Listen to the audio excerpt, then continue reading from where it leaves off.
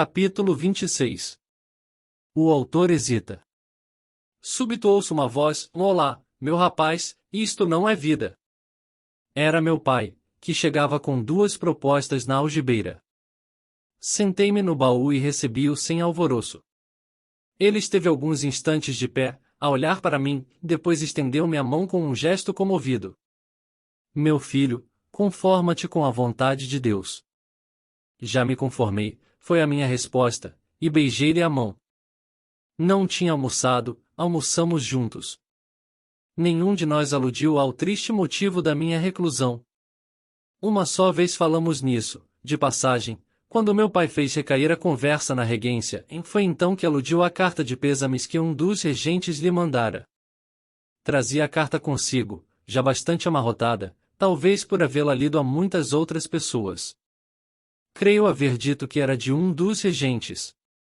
Leu-ma 2 vezes. Já lhe fui agradecer este sinal de consideração, concluiu meu pai, e acho que deves ir também. Eu.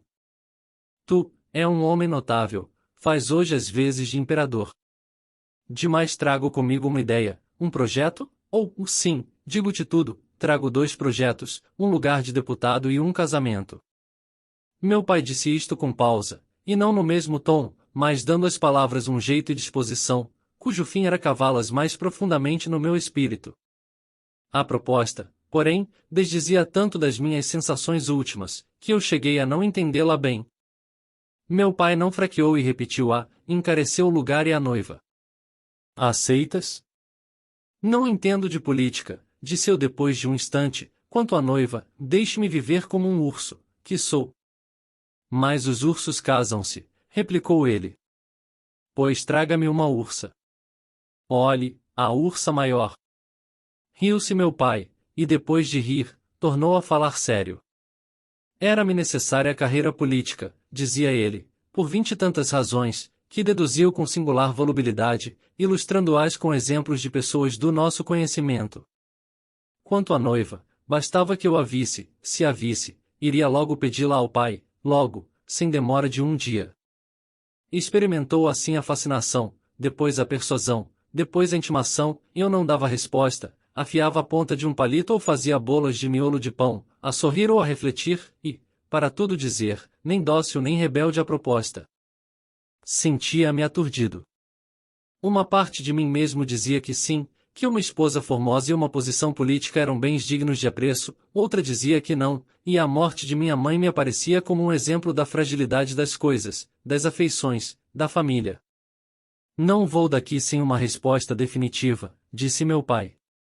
Definitiva, repetiu, batendo as sílabas com o dedo. Bebeu o último gole de café, repoltreou-se, e entrou a falar de tudo, do Senado, da Câmara, da Regência, da Restauração, do Evaristo, de um coche que pretendia comprar, da nossa casa de mata-cavalos. Eu deixava-me estar ao canto da mesa, a escrever desvairadamente num pedaço de papel, com uma ponta de lápis, traçava uma palavra, uma frase, um verso, um nariz, um triângulo, e repetia-os muitas vezes, sem ordem, ao acaso, assim. A arma virou um quicano.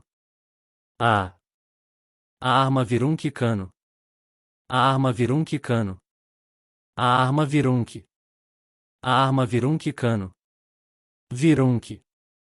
Maquinalmente tudo isto, e, não obstante, havia certa lógica, certa dedução, por exemplo, foi o virunque que me fez chegar ao nome do próprio poeta, por causa da primeira sílaba, ia escrever virunque, e sai-me Virgílio, então continuei. Virgílio. Virgílio Virgílio. Virgílio. Virgílio. Meu pai, um pouco despeitado com aquela indiferença, ergueu-se, veio a mim, lançou os olhos ao papel. Virgílio! E exclamou.